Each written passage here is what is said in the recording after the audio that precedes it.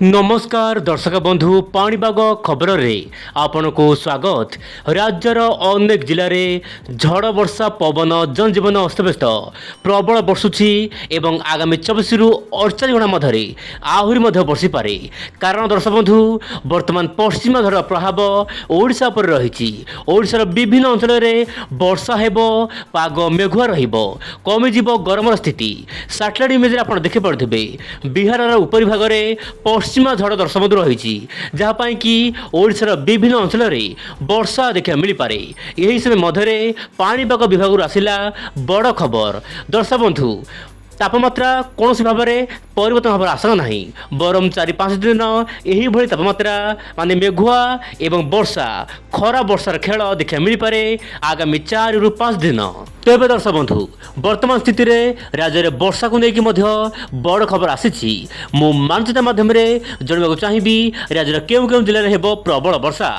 आप देखो दर्शक बंधु 15 तारीख में दर्शक बंधु 15 तारीख में मालकानगिरी, कोरापुट, रायगड़ा, गंजाम गजपति रे अत्यधिक भारी वर्षा सहित 40 रु 50 किलोमीटर बेगर पवन बहिबार संभावना रही। सहित दर्शक बंधु ढेंकानाल, केउझर, मयूरभंज एवं बालेश्वर यही सब जिले में प्रबल वर्षा सहित आपंकर घड़घड़ सहित प्रबल वर्षा देखा मिल पारे। पवन बेग प्राय 50 रु 60 किलोमीटर बेगर पवन संभावना रही। किंतु दर्शक बंधु उत्तर आभ्यंतरीण उपकूल ओडिशा पश्चिम संलग्न जिलागुड़िक मध्यम प्रबल वर्षा देखा मिल पारे।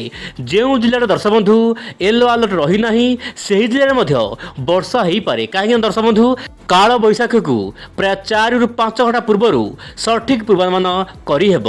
से दर्शक बंधु मुझे कहूँ जो जिला को अलर्ट ना से जिले में आप सतर्क रुहतु, कारण केवे भी हो पारे काल बैशाखी। से दर्शक बंधु 16 तारीख में आपंकर मालकानगिरी, कोरापुट रु नहीं मयूरभंज, केउझर पर्यंत मध्यम प्रबल वर्षा हेब। तेज बालेश्वर, केउझर, मयूरभंज ता सहित आपंकर जो रोचे पश्चिम केन्द्र ओडिशार विभिन्न जिले में प्रबल वर्षा हेब। तेज रायगड़ा, गंजाम गजपति, कोरापुट अत्यधिक भारी वर्षा स्थाने स्थाने हेब दर्शक बंधु। तेज दर्शक बंधु मोटामोटी कह गले देशर विभिन्न भाग में वर्षा हेब। से अनुपात ओडिशार विभिन्न जिले में काल बैशाखीर मात्रा देखा मिल पारे आगामी 18 तारीख पर्यंत। एवं देखा दर्शक बंधु वायुर चलन कौन रही ओडिशा उपरे, आम देश भारत उपरे। दर्शक बंधु वर्तमान परिस्थिति में पश्चिमा झड़ वायु ओडिशा मध्य को प्रवेश करुछि। ता सहित बंगोपसागर जलीय बाष्पूर्ण वायु जाउछि। जेतेबेले जलीय बाष्पूर्ण वायु माने समुद्र जेतेबेले जलीय बाष्पूर्ण वायु जाए, पश्चिम वायु आसे, से ही समय मध्य कन्वेंशन जोन सृष्टि हुए, माने मिलन हुए, जहाँपाई कि दर्शक बंधु परस्पर मध्य धक्का हुए, जहाँपाई कि बादल सृष्टि हुए एवं वर्षा घड़घड़ सहित वर्षा हुए। तेज वायुर चलन माध्यम जनापड़ी आपंकर म्यांमार उपकूल में गोटे गुरुजबलय सृष्टि होती। सहित बिहार उपरी भाग में पश्चिम झड़ वर्तमान सक्रिय रही। आप मोबाइल स्क्रीन देखूँ यार प्रभाव एवं दक्षिण पश्चिम वायु प्रभाव में राज्यर विभिन्न अंचल में वर्षा देखा मिल पारे। वर्षार मात्रा किछ समय अत्यधिक भारी देखा मिल पारे बोली से दर्शक बंधु वर्तमान विभिन्न जिला को येलो अलर्ट मोड में रखा जाइए। आप मोबाइल स्क्रीन देखूँ दर्शक बंधु आप जो रोचे बिहार, झारखंड रे प्रबल अति प्रबल वर्षा, झड़ तोफान, बिजुली घड़ सहित वर्षा हो पारे।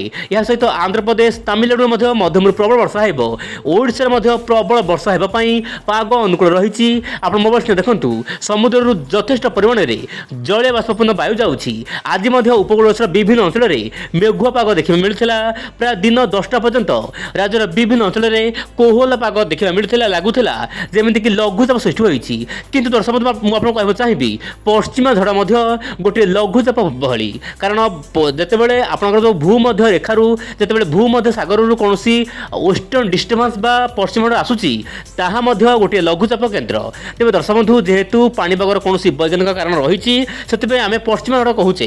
तेज पश्चिमा झड़ कौन होचे यार कारण कौन मुझे स्पेसिफिक वीडियो बनईकि आपको कहना चेष्टा करी। एवं देखा सारा देश में केमी पाणीपाग मिजाज। आप मोबाइल देखूँ देशर विभिन्न भाग में दर्शक बंधु बिहार को वर्तमान ऑरेंज अलर्ट रही प्रबल वज्रपात वर्षा पाई। सहित उत्तर पूर्वांचल, ओडिशा, दक्षिणांचल, पश्चिमांचल सबुठी वर्तमान तांडव रचिब काल बैशाखी। देखिबार कथा आगामी दिन में यही वर्षा काल बैशाखी केते रूप धारण करुछि देखिबार कथा।